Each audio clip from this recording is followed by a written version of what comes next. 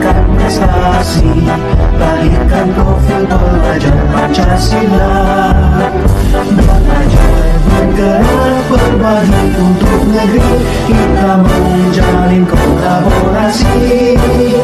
Belajar bergerak berbagi untuk negeri, demi bakti pada Ibu Pertiwi.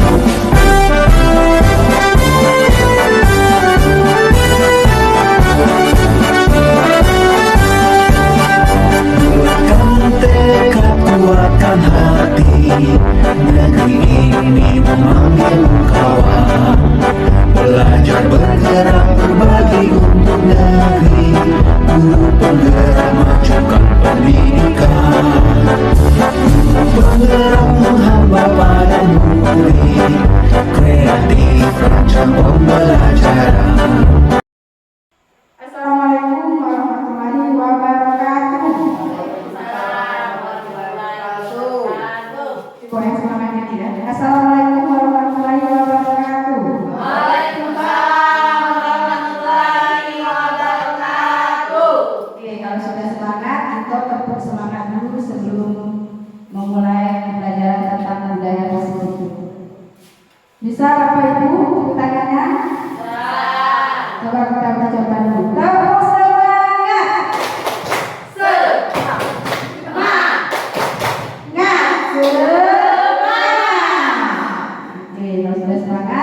Coba sekali lagi. Ada tepuk semangat yang baru.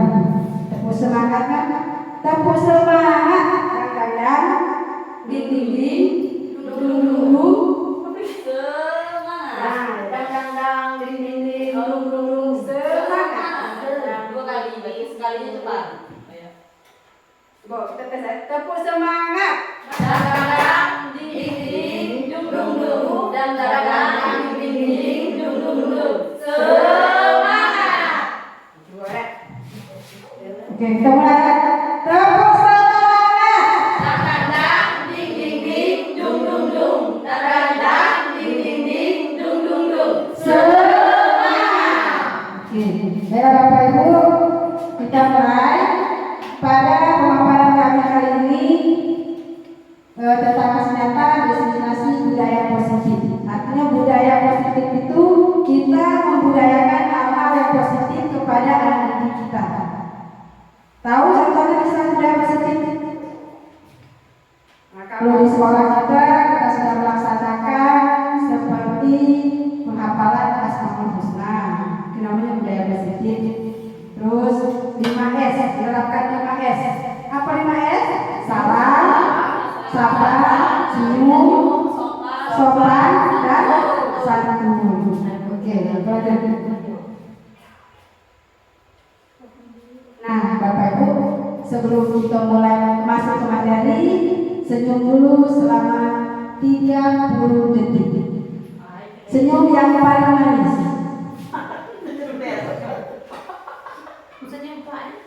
Ya, bagus. Kalau sudah senyum yang paling manis, kita lanjut ke berikutnya. Kita buat dulu kesepakatan forum destinasi. Contoh yang pertama, kesepakatannya menghargai siapapun. Yang kedua, menjadi pendengar yang baik. Yang ketiga, kita buat apa? Saling menghormati. Yang keempat, tidak keluar pada waktu pemaparan atau melaksanakan pemaparan satu destinasi ini sampai dengan selesai. Itu kesepakatan kelas kita hari ini. Lanjut. Baik-baik, kami perkenalkan. Tadi sudah salam. Ini teman kita juga, Ibu Resa kita, dan saya sendiri, Ibu Yasa sendiri.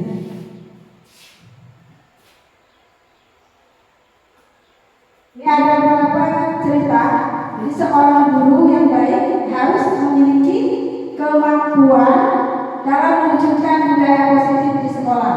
Budaya positif tersebut dapat dijalankan dengan menerapkan konsep-konsep inti seperti yang pertama, seperti kita lihat, disiplin positif motivasi.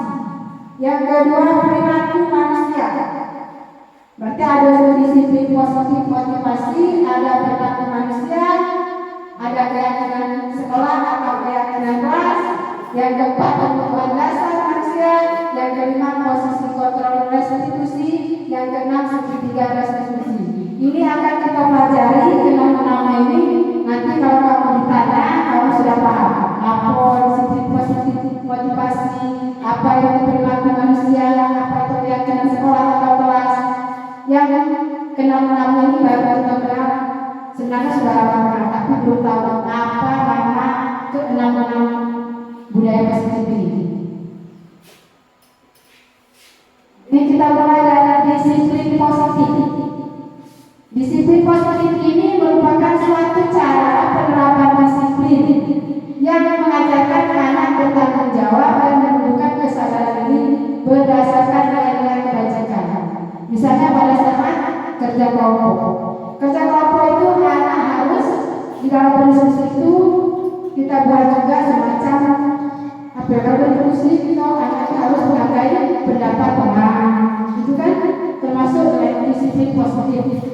Kemudian di dalam kelompok juga harus ada umpan balik. Maksudnya sesama teman itu harus ada umpan balik, tanya jawab, terus ada respon aktif dalam berkolaborasi dalam kelompok. Kemudian yang terakhir bertanggung jawab, itu termasuk disiplin positif. Ini juga disiplin positif lebih ke arah disiplin diri yang dapat mengontrol diri dalam melakukan segala tindakan. Arti anak itu harus diajarkan disiplinnya melalui diri sendiri, termasuk kita juga apapun yang dilakukan kegiatan harus mendisiplinkan diri kita sendiri dulu baru ke orang lain. Disiplin diri dapat membuat murid memahami dan menyadari berdasarkan motivasi internal, bukan akibat paksaan, pujian ataupun hukuman. Jadi kita itu benar-benar melatih anak itu disiplin diri dulu, yang terpenting sekali. Seumpama kalau di kelas itu piket.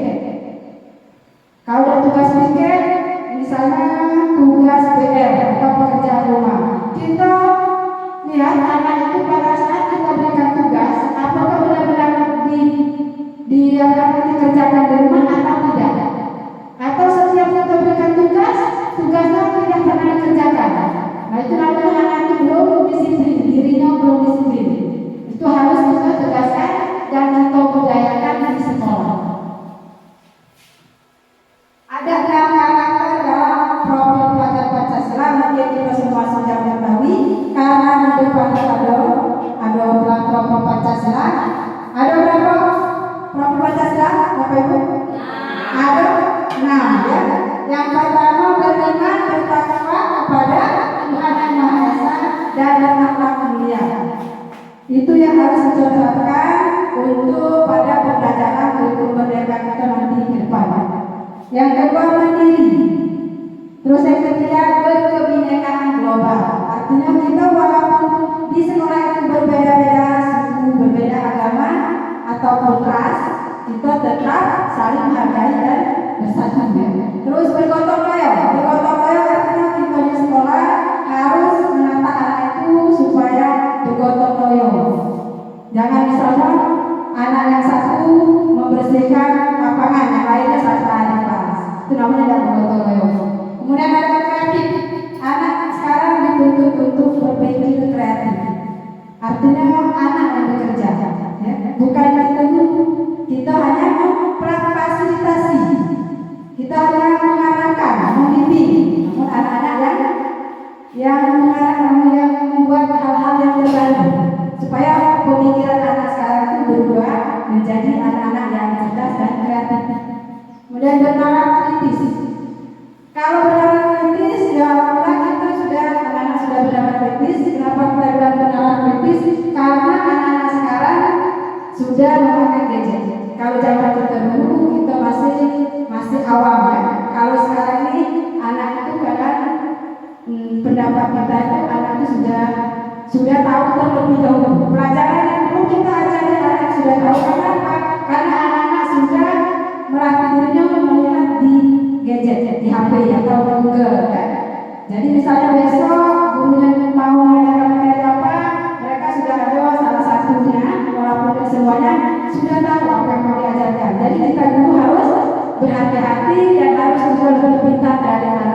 supaya nantinya pas pembelajaran kita tidak menjadi apa ya, yang tadi kita memfasilitasi malah anak memfasilitasi kita.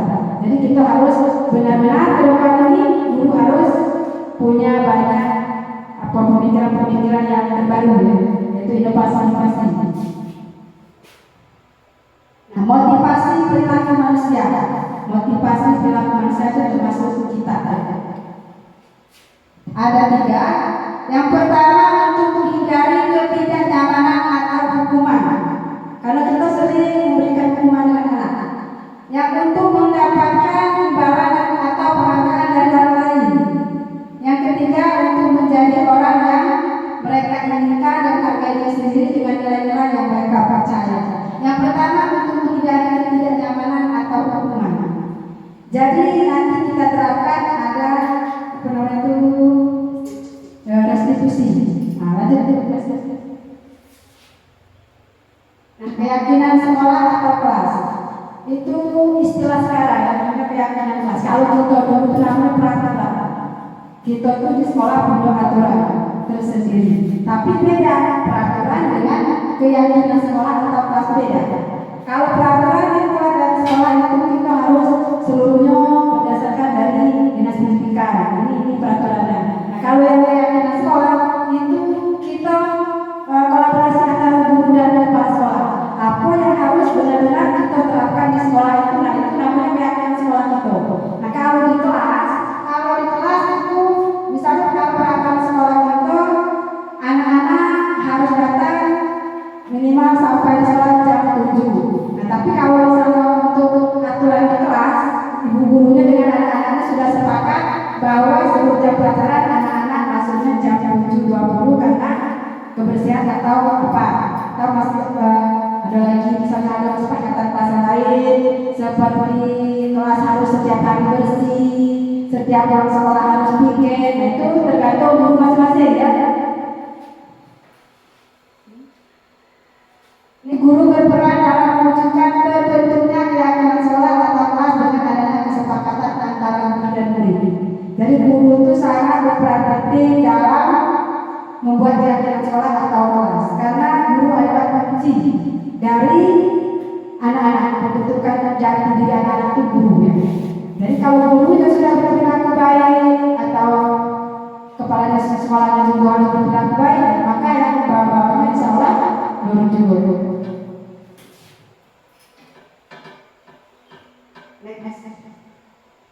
Nah, ini adalah keyakinan kelas.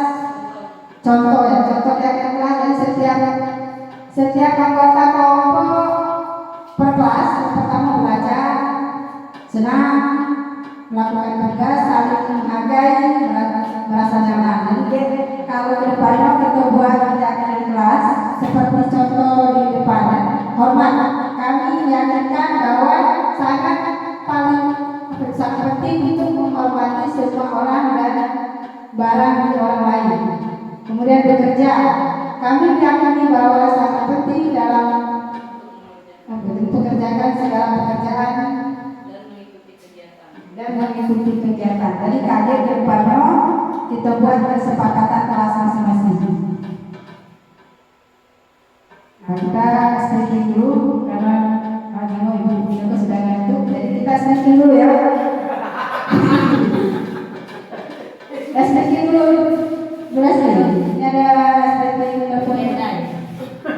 Berdiri, Bapak Ibu berdiri semuanya, supaya tidak mengantuk kehidupan.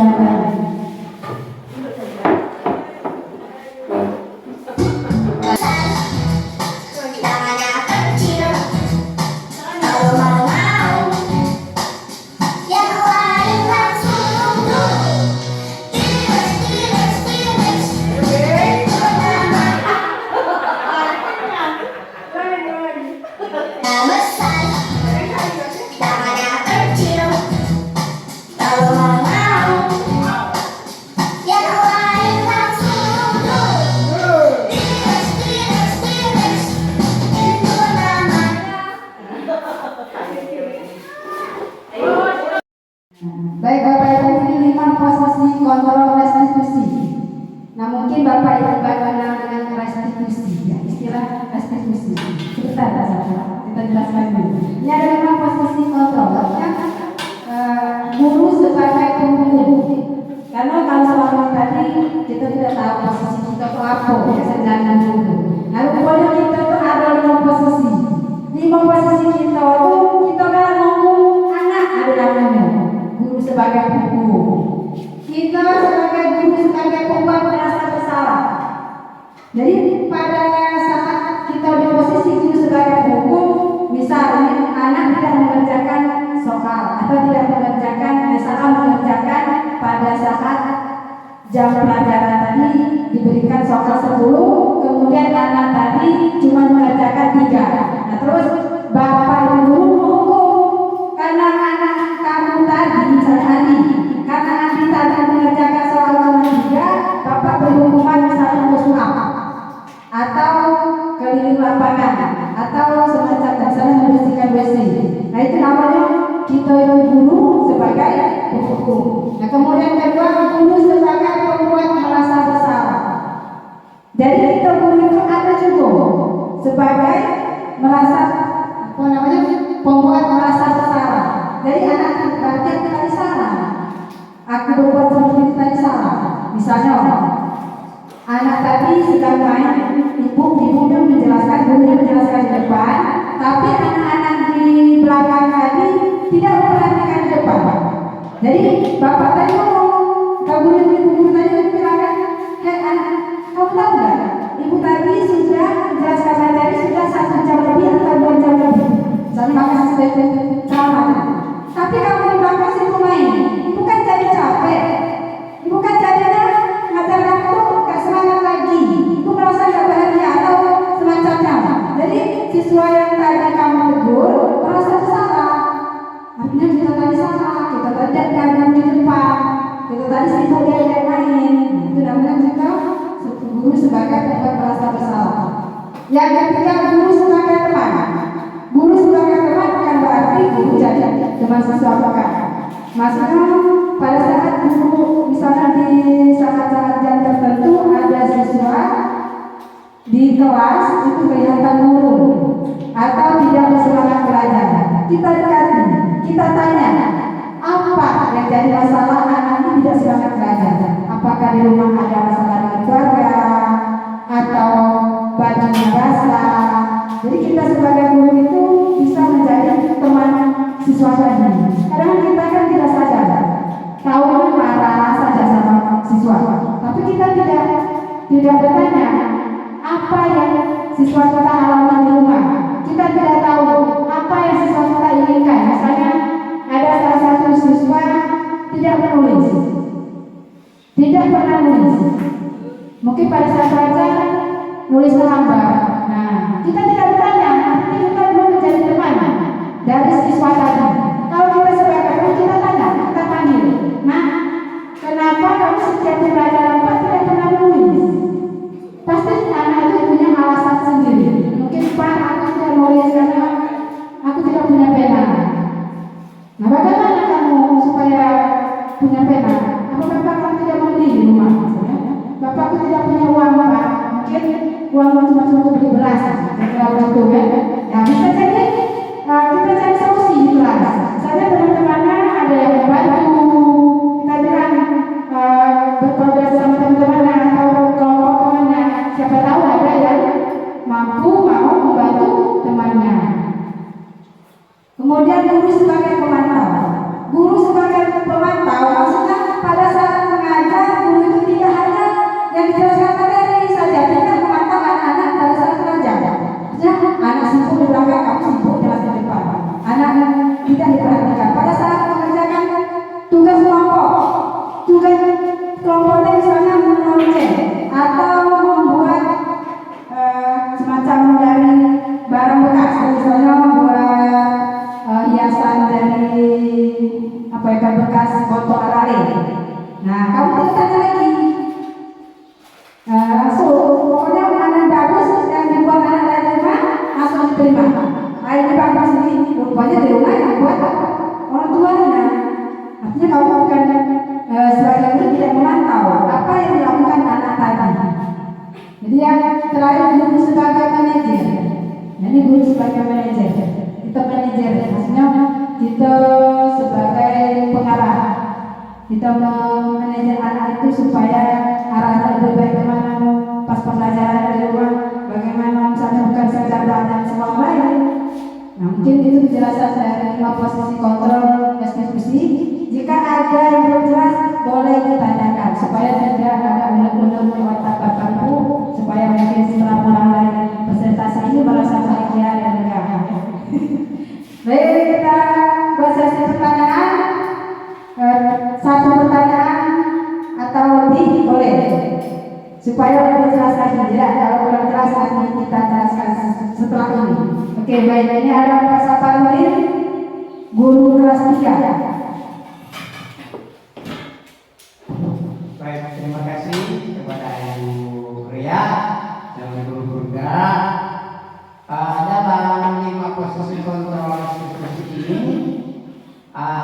Saya akan mempertanyakan guru sebagai pemantau. Nanti dalam pembelajaran guru penggerak ini, apakah guru sebagai pemantau itu termasuk kontrol di luar jam belajar sekolah, seperti kita akan anak-anak kita waktu setelah pulang sekolah di kampung. Kalau sama dulu kan, kamu main malam gitu, tidak boleh nonton selalu ini. Besoknya dihukum kira-kira waktu zaman dulu. Apakah itu termasuk juga dalam pemantau eksekusi di dalam belajar mengajar itu? Terima kasih. Di luar sekolah. Baik, saya mencoba menjawab pertanyaan dari Pak Saparudin yang berkaitan di antara guru-guru kami. Ini kalau di pemantau, Pak Saparudin menanyakan apakah di luar jam sekolah kita guru juga memantau? Tidak.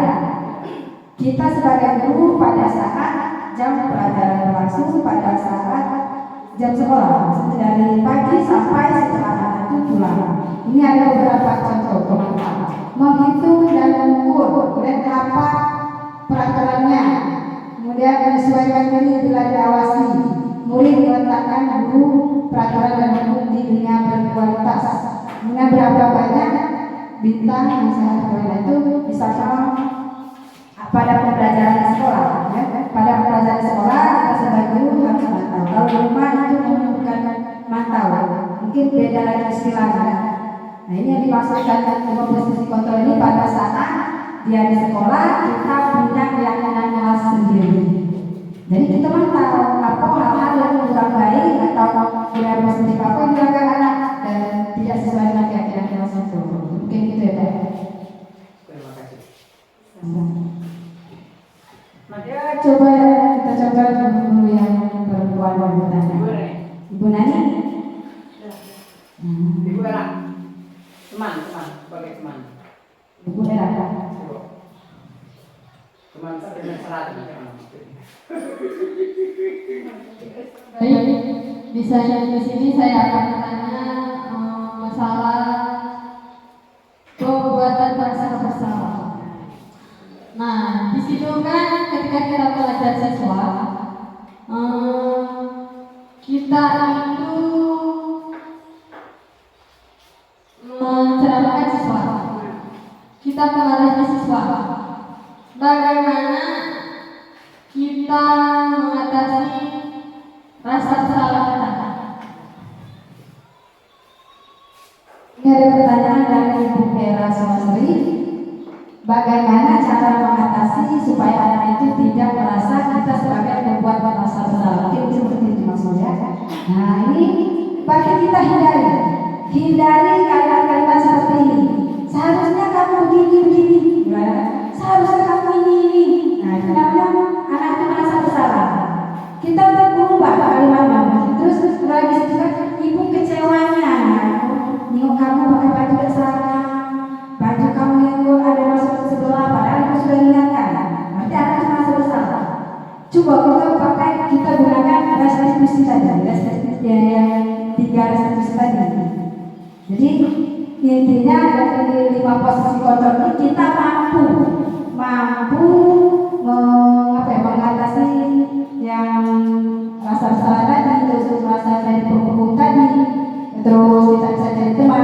Makanya kita berubah pola kita yang lama jadi berubah ada rumah baru, maksudnya dirubah cara lama.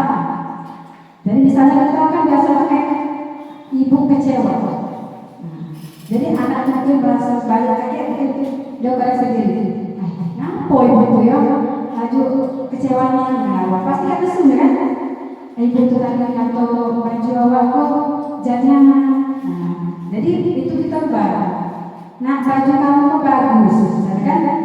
Tapi kemarin kan dia sudah bilang sama kamu, kita harusnya bajunya rapi, ya kan?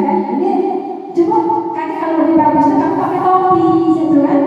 Kalau cuma misalnya kalau kita salah benar kan, ibu kecewanya kamu hari ini tidak serakah, agamnya nanti kamu pindah kelas tidak atau pindah. Jadi anak susah itu misalnya berubah. Wah, kamu mau rapinya. Tapi kalau kamu pakai topi, pakai dasi, wah keren bukan main. Kamu lupa cara kok, ya kan? Anak tuh langsung berubah ya, dari mulai asalnya dia aku pakai rok atau yang tadi aku agaknya kalau pakai topi kan kira macam berat. Tidak mungkin. Nah, itu dapat saya sampaikan. Assalamualaikum warahmatullahi wabarakatuh. Assalamualaikum warahmatullahi wabarakatuh. Saya akan melanjutkan penyampaian budaya positif pada destinasi aksi nyata calon guru penggerak angkatan 11 di SD Negeri Lubuk, yaitu tentang kebutuhan dasar manusia. Jadi kita manusia itu memiliki kebutuhan dasar. Jadi kebutuhan yang harus kita penuhi oleh masing-masing kita manusia. Contohnya kebutuhan akan hidup. Kebutuhan kita hidup itu ada sandang, papan, pangan, itu adalah kebutuhan pokok manusia. Kemudian selain dari kebutuhan pokok itu, kita juga perlu kebutuhan untuk kesenangan. Ya tidak apa ibu? Apakah kita juga perlu kalau kita itu butuh untuk bahagia? Nah itu juga termasuk dalam kebutuhan kesenangan. Kebutuhan dasar manusia itu ada 3: bertahan hidup, kasih sayang, rasa diterima, penguasaan, kemudahan, kebebasan dan kesenangan.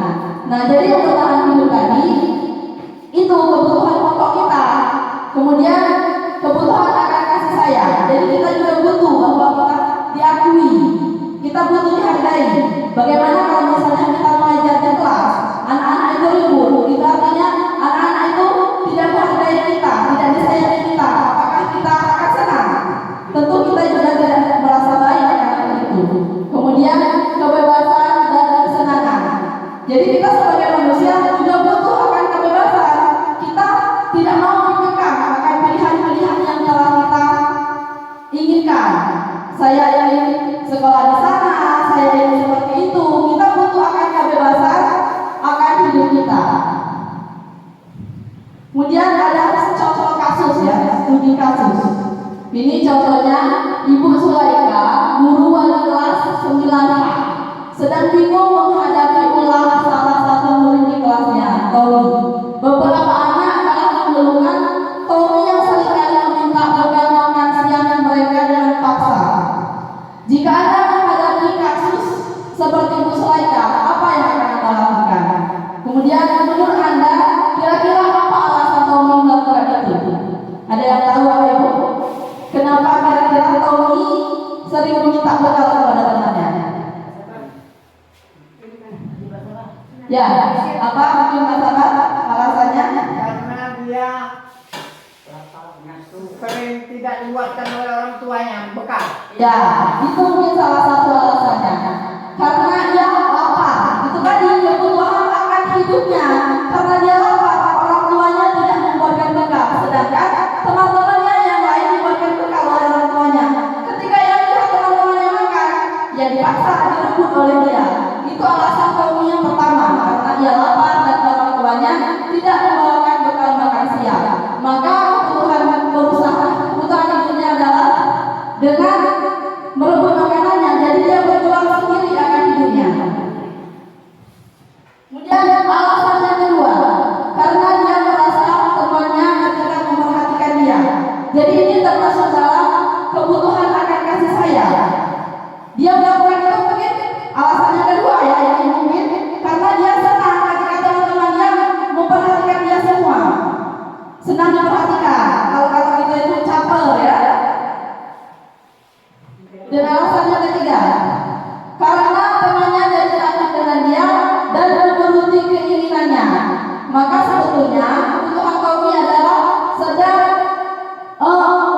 kekuasaan, untuk menguasai temannya. Jadi dia alasannya yang ketiga itu mungkin karena dia ingin menguasai temannya. Kalau aku berbuat itu, berarti temanku takut dengan aku. Kalau dia takut dengan aku bisa sekedar aku di kelas ini. Itu ada yang mungkin pernah kita temui anak-anak yang seperti itu. Sebenarnya kebutuhannya sebenarnya untuk apa? Dia terpenuhi, kasih sayang dia terpenuhi, tapi dia ingin menguasai teman-temannya supaya mereka takut dengan aku. Kalau aku ini gerok, itu misalnya. Kemudian alasan kelima, ia melakukan karena iseng saja dan dia menikmati ekspresi wajah teman-temannya yang kesal karena diambil makanannya, dan menurut dia ekspresi teman-temannya itu lucu. Maka peluang komik berarti sedang berusaha akan memenuhi kebutuhan kesenangannya. Nah, jadi ketika dia merebut makanan teman-temannya tadi, dia senang memang temannya kesal. Dia itu berarti memenuhi kebutuhan akan kesenangannya. Dia senang memang temannya kesal, temannya marah, dia punya teman-teman makanannya itu. Bukan karena dia lapar atau apa, itu alasan kebutuhannya kelima itu tadi, kebutuhan akan kesenangan. Seperti itu contohnya.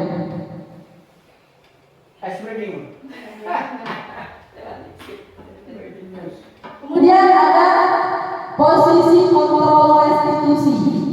Jadi posisi kontrol restitusi itu ada lima posisi kontrol kita sebagai seorang guru.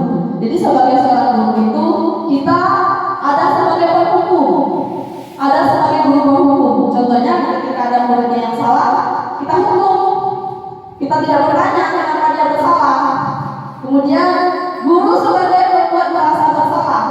Mungkin kita juga pernah melakukan itu. Misalnya ada siswa kita yang marah. Nah, kamu tahu nggak kalau ibunya ngajar kamu menderita, ngajar kamu.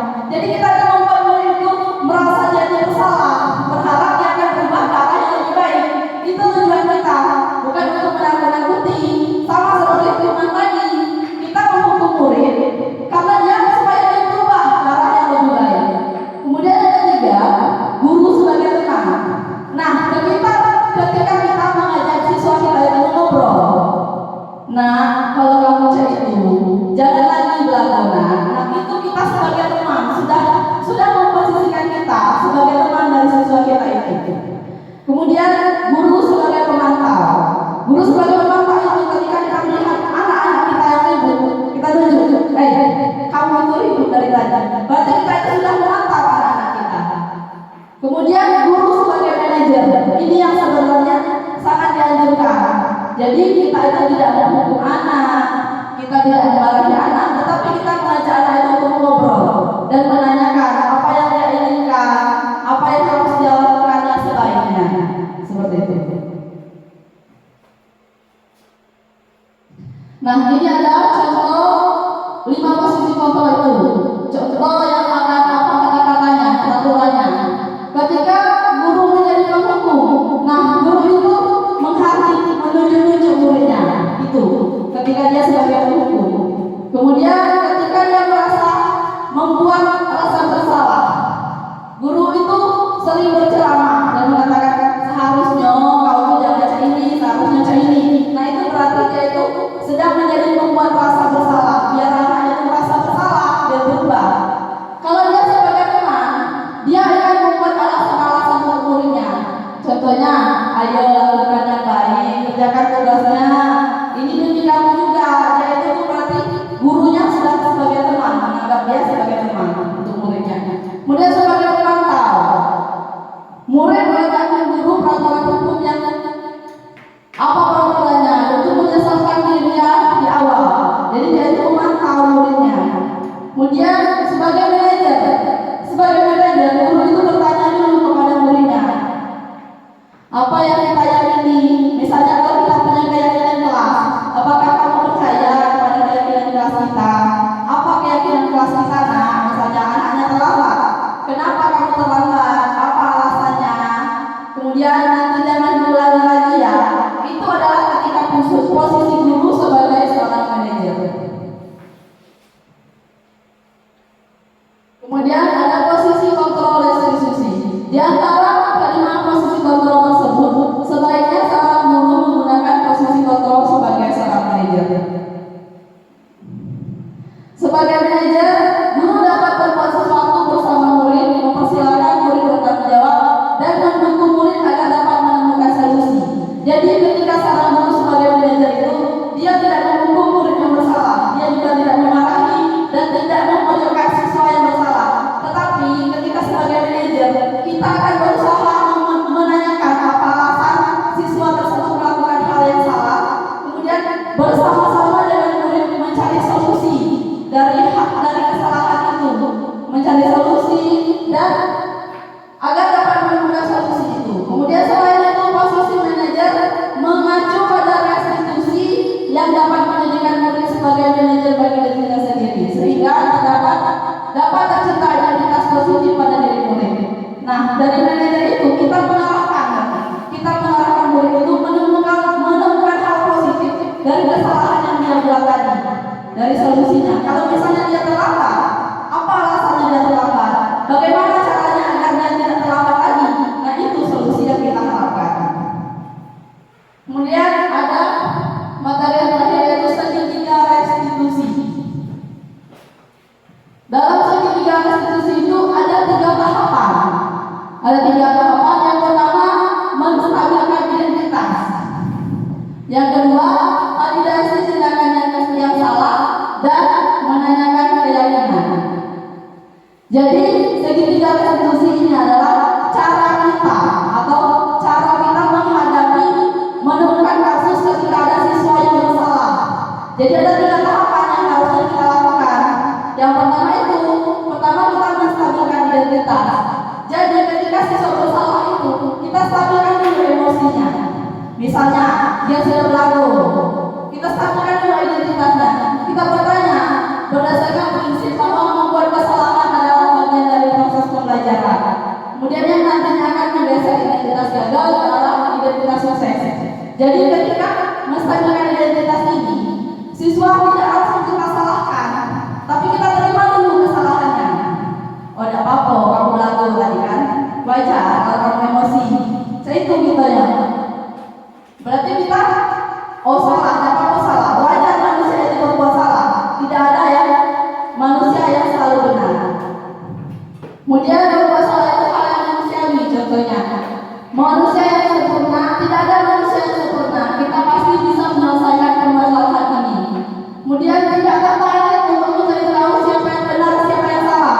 Jadi kita sebagai guru itu, kita tidak mencari tahu, oh itu yang benar, itu yang salah. Jadi kita sebagai penengah, tidak mencari yang benar dan yang salah. Kemudian menyalahkan dirimu sendiri terus menerus. Apakah kamu bersikap baik pada dirimu sendiri? Nah, juga tidak menyalahkan kita sendiri sebagai seorang guru. Aku ini gagal, aku ini. Kita juga tidak menyalahkan diri sendiri. Kemudian langkah yang kedua itu adalah dari kasus kita tadi yang kasus anak belagu tadi misalnya, validasi tindakan yang salah. Jadi tindakan yang salah tadi kita validasi tindakan yang salah dilakukan berdasarkan prinsip bahwa setiap perilaku berupaya memenuhi suatu kebutuhan tertentu. Nah, kebutuhan yang tadi berdasarkan kebutuhan dasar tadi. Jadi dia salah itu mungkin karena untuk memenuhi kebutuhannya tadi. Misalnya kebutuhan akan kasih sayang, kebutuhan akan penguasaan tadi, atau bahkan kebutuhan akan kehidupan dasarnya tadi. Contoh kasusnya Tommy tadi.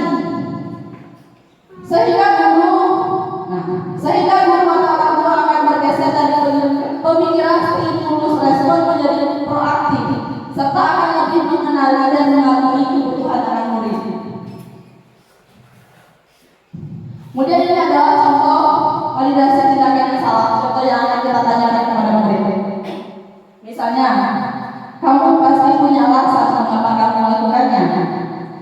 Apa yang penting bagi kamu? Kalau misalnya anak salah, ini contoh yang kita tanyakan kepada murid.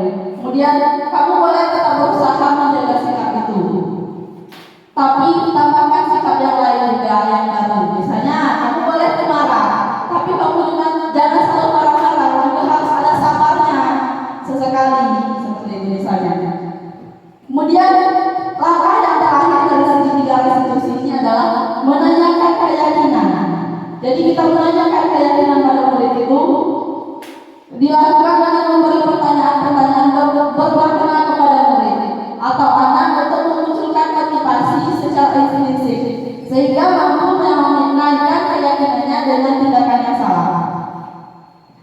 Contohnya, ketika kita menanyakan keyakinan pada anak ini, apa nilai yang kita percayai di sekolah kita? Nah, ketika kita tadi sudah membuat keyakinan kelas, kalau ada anak yang pelaku misalnya, nah akan ada peraturan di sekolah kita bahwa kita tidak boleh berkelahi. Kemudian bahwa kita harus saling menghormati. Terus nilai apa yang telah kita sepakati? Seperti apa yang kamu rasakan? Kamu melakukan itu, apakah kamu menjadi orang yang seperti apa? Seperti itu contoh pertanyaannya. Kemudian ini adalah seorang guru yang baik harus memiliki kemampuan dalam menunjukkan budaya positif di sekolah. Jadi kita akan berusaha bersama-sama ya. Kita berusaha bersama-sama untuk mewujudkan budaya positif di sekolah kita. Kita sedang belajar bersama-sama untuk mewujudkan budaya-budaya positif itu.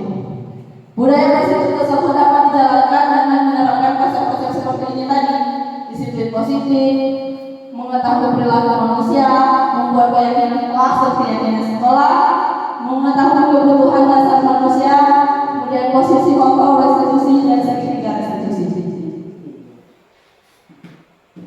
Terima kasih, demikian semoga kegiatan ini dapat menginspirasi dan bermanfaat kepada kita semua. Saya akhiri, apabila ada kata-kata yang salah, saya mohon maaf, beraturan dan pengampun. Assalamualaikum warahmatullahi wabarakatuh. Bergerak, lekas, bergerak, dari menggerakkan.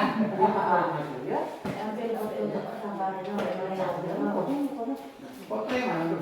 Kita tutup dia. Yang pertama yang Leo. Tutup ya. Kita buka tanya jawab dulu. Nah, kalau ada yang bertanya, Tanya nggak? Kan tentang restitusi. tentang restitusi yang udah paham kan? Restitusi segitiga ya. Dia bermodal. Luka mana ya? Iya. Yo. Biar nih, biar ada yang kembali. Ada yang balik. Nah, ya biar izin. Teman-teman. Baiklah, sebelum menutup acara hari ini, saya akan memberikan kesempatan kepada teman-teman semua dan mereka semua untuk bertanya. Apakah masih bingung ya? Untuk masih bingung, kami juga masih tahap belajar. Apa yang ingin dipertanyakan dari materi yang telah kita paparkan tadi? Ada. Ada. Baiklah, terima kasih pada Ibu calon guru penggerak, Ibu Resi. Di sini saya melihat tahapan dalam segitiga restitusi, yaitu yang paling akhir meyakinkan keyakinan. Nah, selain yang dijelaskan oleh Ibu, adalah kita terkendala dengan siswa itu untuk meyakinkan dirinya bahwa apa yang kita sampaikan itu benar dan dapat dipertanggungjawabkan. Tetapi terkadang anak-anak ini tidak mau mengikuti apa perkataan kita itu atau aturan yang kita buat. Bagaimana caranya agar lebih menekankan lagi kepada siswa agar dapat melaksanakan peraturan atau keyakinan yang kita buat di kelas. Terima kasih. Baik Pak, terima kasih. Sangat bagus sekali pertanyaannya, yaitu bagaimana agar keyakinan yang telah kita buat itu dapat diikuti oleh murid, dapat terlaksana. Nah, jadi yang pertama kita lakukan adalah kita mengajak murid bersama-sama membuat keyakinan kelas itu. Jadi murid itu ajak terlibat dari kita membuat keyakinan kelas itu dari awalnya. Dari awal ketika sebelum kita mulai pelajaran baru, ketika kita kelas baru. Jadi anak-anak, sebelum kita memulai pelajaran tahun ini, mari kita membuat peraturan atau biasa kita kenal dengan peraturan kelas ya. Nah, sekarang kita buat peraturan kelas kita atau keyakinan kelas kita. Ada beberapa pilihan. Misalnya ketika terlambat, apakah kita boleh terlambat atau boleh datang tidak tepat waktu? Nah, itu kita mengajak siswa kita bersama-sama. Jadi dia akan mengusulkan sendiri, dia mengusulkan sendiri dari murid itu. Tidak boleh Bu, kita tidak boleh terlambat, kita tidak boleh telat. Nah, jadi kita tulis poin pertama dari keyakinan kelas itu, tidak boleh datang terlambat. Atau jangan kalimat negatif, jangan pakai tidak, datang tepat waktu.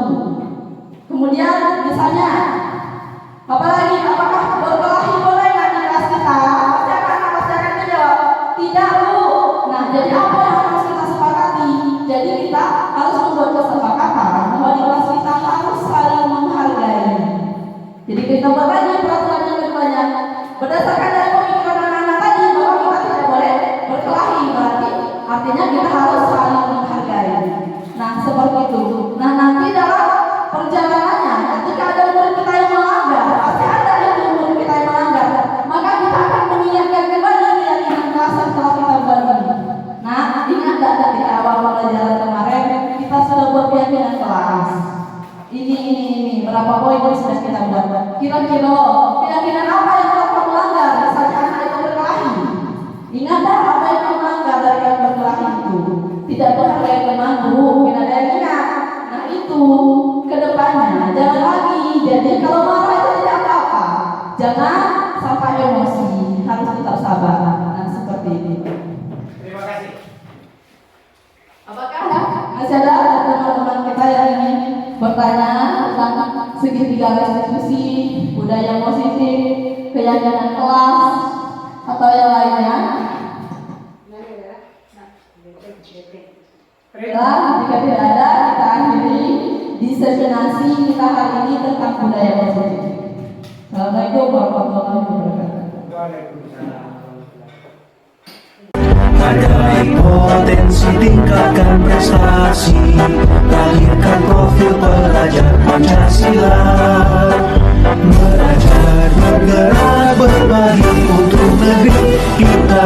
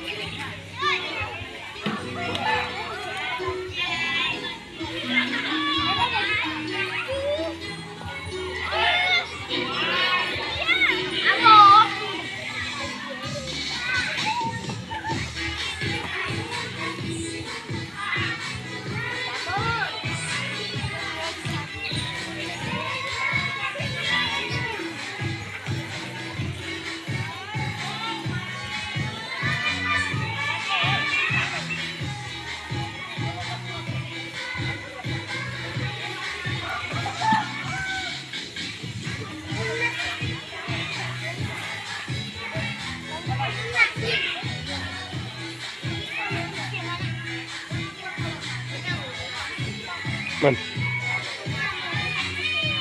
Itu marah.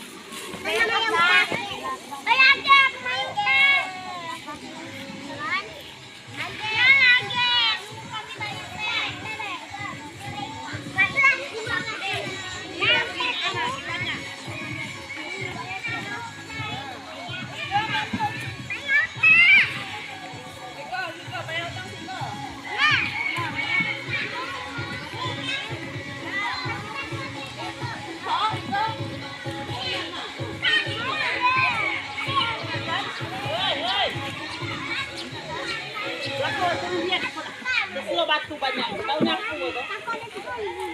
Batu lah. Woi, pada mau panji. Panji suka. Ambil susulah batu tu nak.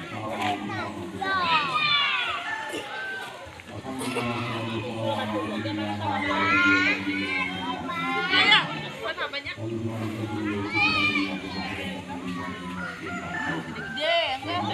Happy.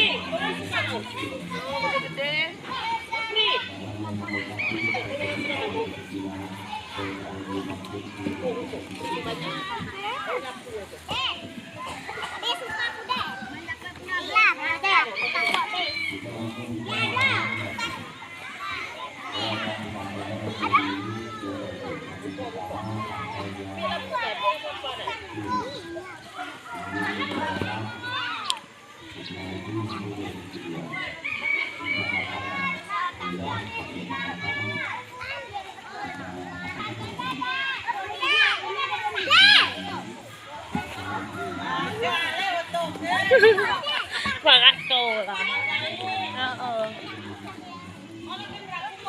Yo.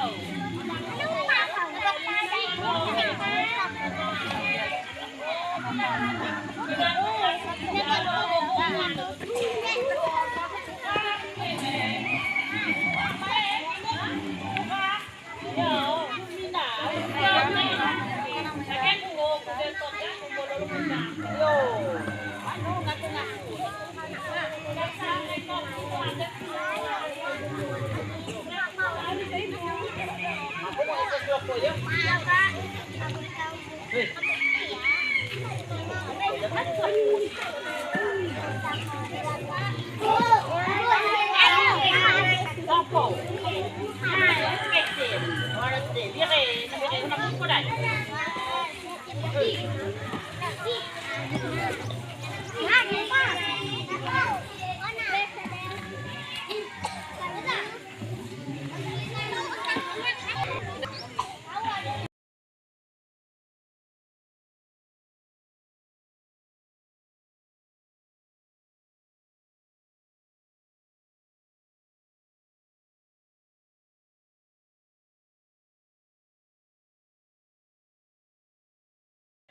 Sudah mulai ya? Siap, gerak. Di depan, gerak. Gerak, gerak.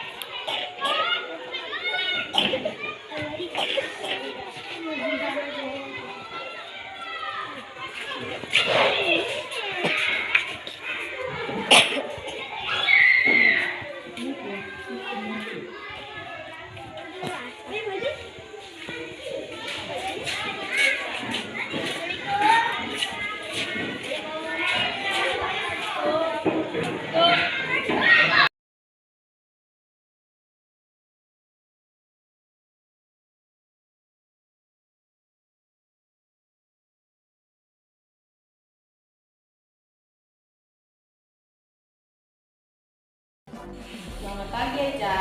Pagi Bu. Kamu tahu kenapa Eca dipanggil ke sini? Tahu Bu, karena ibu buang sampah Bu. Menurut Eca, perbuatan yang kamu lakukan tadi benar apa salah? Salah Bu. Ya, setiap orang pasti pernah melakukan kesalahan, asal kamu menyadari kesalahan kamu. Kamu pasti punya alasan kenapa kamu melakukan hal tersebut. Sekarang ceritakan pada ibu apa alasanmu. Saya melakukannya karena untuk membela diri Ibu. Karena dia mencoret tugas yang telah saya buat. Benar, membela diri itu hal yang penting dan setiap orang pasti melakukan kesalahan. Ya Bu. Nah, menurut Eca, keyakinan apa yang telah Eca langgar tadi? Saling menghormati sesama teman Bu. Apakah Eca meyakini keyakinan kelas kita? Ya Bu, ya saya yakin. Jika Eca meyakininya, apakah Eca bersedia memperbaikinya? Ya Bu, saya bersedia. Jika ingin memperbaikinya, berarti seperti apa yang harus dilakukan Eca? Harus lebih sabar dan tidak mudah emosi Bu. Iya benar, jadi kita itu harus lebih sabar dan tidak mudah emosi ketika menghadapi teman ya. Ya Bu. Tetap semangat ya, silakan kembali ke tempat dulu.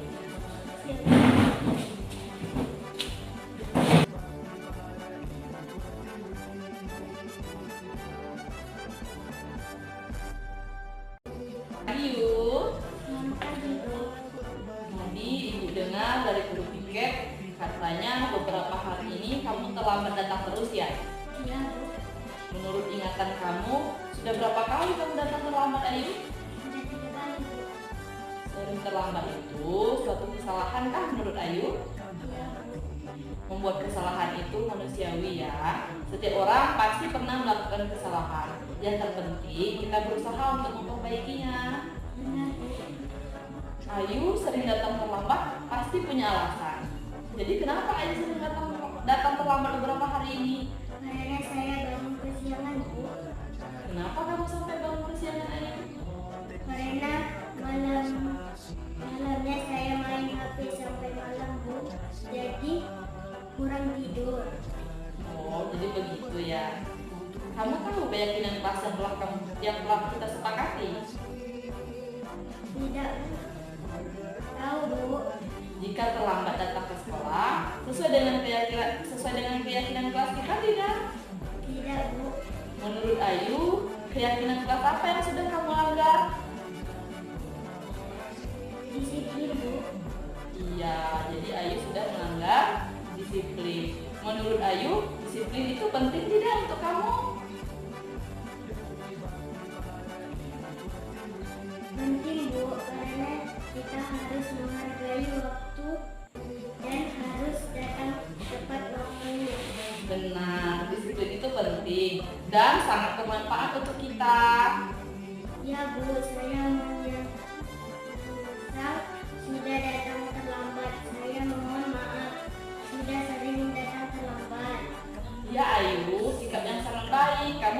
menyadari kesalahan dan sudah meminta maaf. Sebaiknya, apa yang harus kamu lakukan agar kamu tidak terlambat lagi datang ke sekolah? Saya akan mengurangi bermain HP dan akan tidur lebih cepat, Bu. Ya, jadi Ayu sudah tahu solusinya ya. Sekarang juga akan bekerja sama dengan orang tua kamu agar kamu tidak datang terlambat lagi. Sekarang silakan kembali ke bangkumu ya. Ya, Bu.